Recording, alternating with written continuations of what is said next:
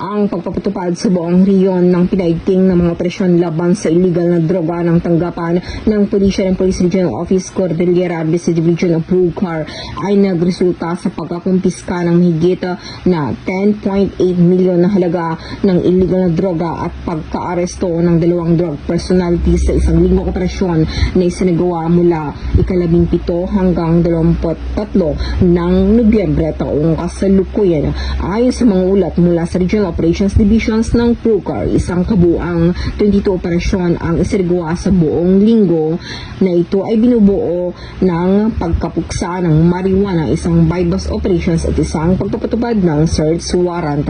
Ang mga operasyon ito ay humantong sa pagwasak ng 54,200 ganap na tumubong halaman ng marijuana at pagkakakumpiska ng 3.89 gramo ng shabu na may kabuang standard drug price na 10,866,452 pesos. Bukod pa rito, 2 personalidad sa droga na parehong nakalista bilang street level individuals ang inaresto at ngayon ay nahaharap sa kasong paglabag sa Republic Act 9165 o Comprehensive Dangerous Drugs Act of 2002.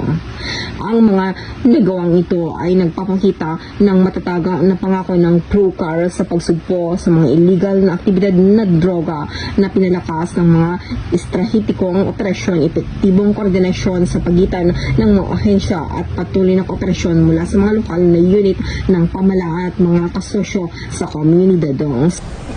Mula dito sa riyon ng Cordillera, ako ang inyong PNN correspondent, Police Master Sergeant Lenny Valerio, alagad ng batas, tagataguyod ng Balitang Pulis.